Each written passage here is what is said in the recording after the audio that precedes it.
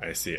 Do you think anime is obscure? Because like for me, I can pretty much always find new words depending on like how hard I want to find this anime. And on the other hand, pretty much like the people who watch anime in Japan are like middle schoolers, so they can pretty much understand 100% of all anime, no matter how obscure or niche it is, right? Well, it totally depends because anime is such a vast field, right? There's so many different types of anime. So like slice of life anime, yeah, of course, like a Japanese elementary schooler could probably understand almost all slice of life anime 100%. But when you get into like kind of the more difficult anime, like, I mean, in my mind, the difficult anime, when I think of that, I think of like Fate Zero or Ghost in the Shell, like things like that. I think most Japanese people would have to like, well, first of all, there would be tons of words in those shows that they don't know.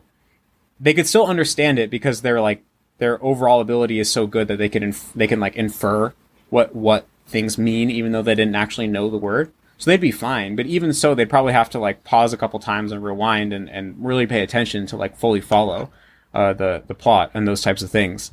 And at least someone who's like not an otaku. Like I think this is kind of like a general principle that kind of is along the similar lines as the thing I was saying about how Japanese people like don't have infinite knowledge, is that there's a huge like disparity in the amount of like knowledge and the vocabulary between natives.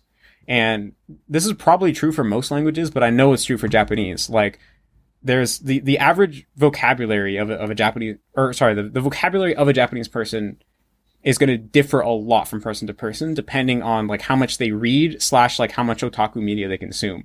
And someone who's an otaku has a way bigger vocabulary than someone who's like not an otaku, just because otaku media uses so many of these super rare words. Or somebody who like reads a lot of like literature or reads older stuff or just reads widely will have a way bigger vocabulary. So there are like subpopulations of Japanese people that do understand that stuff like perfectly, but probably that's like relatively small compared to all Japanese people. And most Japanese people, like, there's a lot of anime that they probably couldn't follow, really.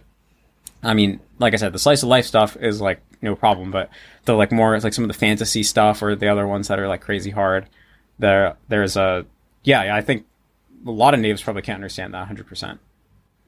I see. At least if you mean it on the level of like actually knowing every word.